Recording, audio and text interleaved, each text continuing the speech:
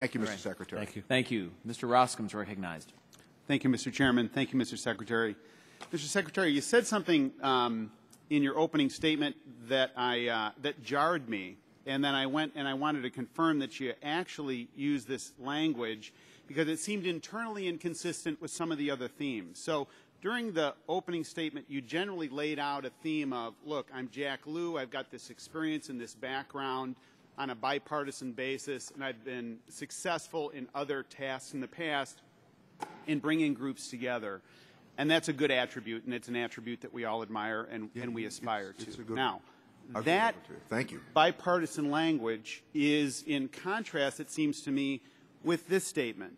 You said, it is important to note that this framework, the White House framework, does not represent the starting point for negotiations. So here's the challenge.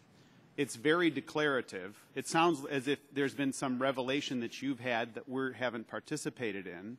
And you're making a declarative statement, this is a precondition for negotiations? No, that's not what I said. Well, you did say... I said it's not a starting point. I didn't say it was a precondition. Well, so what do you mean by... Sure, I'm happy to... ...saying it is important to note that this framework does not represent the starting point for negotiations? I think the last 2.5 years have represented a lot of movement from the starting point. I certainly have the wear and tear to show for it, and I think others do as well.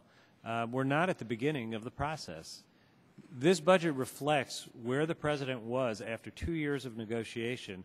And in December, we were perhaps 1 or 2 turns of the wheel away from an agreement. It didn't come together, but that doesn't mean we shouldn't keep trying. What I was saying, and what I believe very strongly, is that it would be very counterproductive to treat this somehow as if it's the kind of beginning of the conversation, as if the last 2.5 years had not happened. Okay, and the attempt to separate that. the parts would be a very unconstructive response. We're doing very hard things, and we're asking for others to do very hard things. At the end of the year, the President was making the argument around a consensus around protecting middle-class taxpayers from a tax hike. And he basically said, look, since we both agree on that, let's take them off the table, and you remember that argument. It's a very compelling argument, a very successful argument. What's different about that argument with the notion of if there's consensus on both sides of the aisle around your proposed changes on Social Security, why not move forward on there in the same spirit, with the same approach, and with the same goal? Look, I think they're very different policies. There was a broad bipartisan agreement that middle-class taxpayers should not pay higher taxes. We're not saying we want to raise this chain CPI issue. We're saying we're prepared to do something very hard, and in a package with additional revenues to solve our deficit problems, we would do it. It's very different. We all wanted to prevent taxes from going up on middle-class workers. I'm not going to sit here and say I want to do the chain CPI, and I don't think most of the members of this committee would. We may feel we need to as part of a balanced plan, but I've sat through 2 years of meetings where I've heard one after another leader on your side say chain CPI has to be part of a budget agreement. The President put that in December. He's kept it in because he would like to reach a bipartisan agreement, but it has to be connected to solving the whole problem, including more revenue. The long-term discussion on Medicare is a discussion that continues to, I think, get everybody's attention. And yet your predecessor gave a presentation to the House Budget Committee. It was February of last year, where he basically, it was one of those moments of clarity, frankly, when he said, look, we don't have a long-term proposal, but all we know is we don't like yours, meaning the House budget proposal. That was his language, not mine.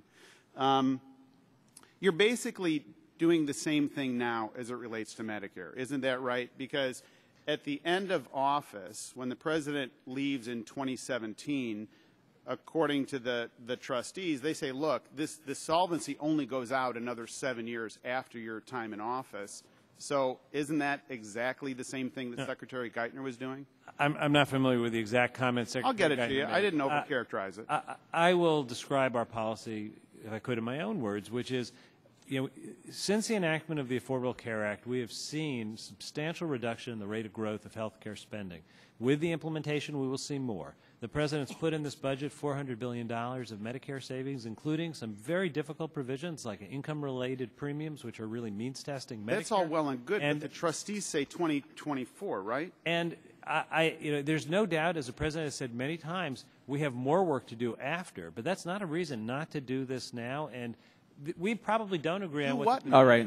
Time has expired. the policy the President's proposed. Okay.